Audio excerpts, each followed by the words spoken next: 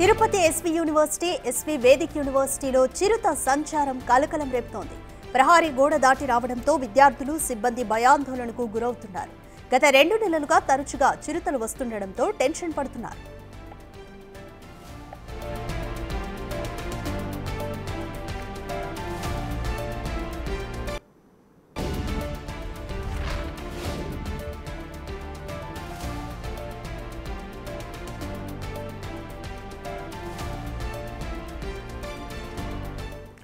More details మా ప్రతినిధి దామోదర్ అందిస్తారు.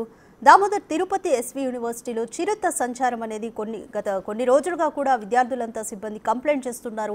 అటవీ శాఖ అధికారులు ఇప్పటివరకు ఎటువంటి చర్యలు తీసుకున్నారు? రాధిక, తిరుపతి ఎస్వి యూనివర్సిటీ పరిధిలోతో పాటు అదేవిధంగా Vedic university, agriculture veterinary university పరిధిలో గత 2 నెలలుగా ఒక చిరుతపులి కదలికలు కనిపిస్తున్నాయి. దీనికి సంబంధించి ట్రాప్ కెమెరాలు ఏర్పాటు చేస్తామని అధికారులు చెప్తున్నారు.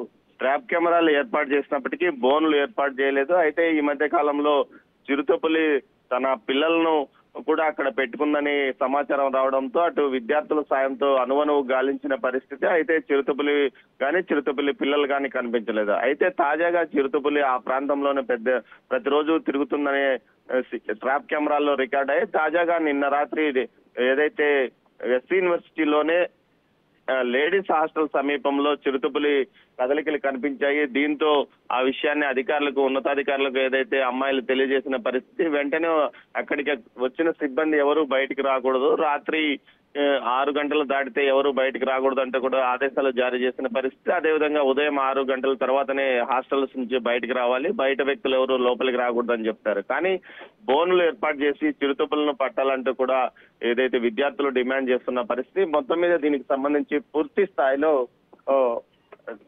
అటవీ శాఖ అధికారులు చర్యలు తీసుకోవాలని కోరుకుంటున్న పరిస్థితి. యూనివర్సిటీ ఉన్నతాధికారులు కూడా ఈ విషయం మీద ఫారెస్ట్ అధికారులకు పలుమార్లు విజ్ఞప్తి చేసినప్పటికీ ఎలాంటి చర్యలు తీసుకోవడం లేదని విద్యార్థులు ఆరోపిస్తున్నారు. Radhika, thank you Damodar.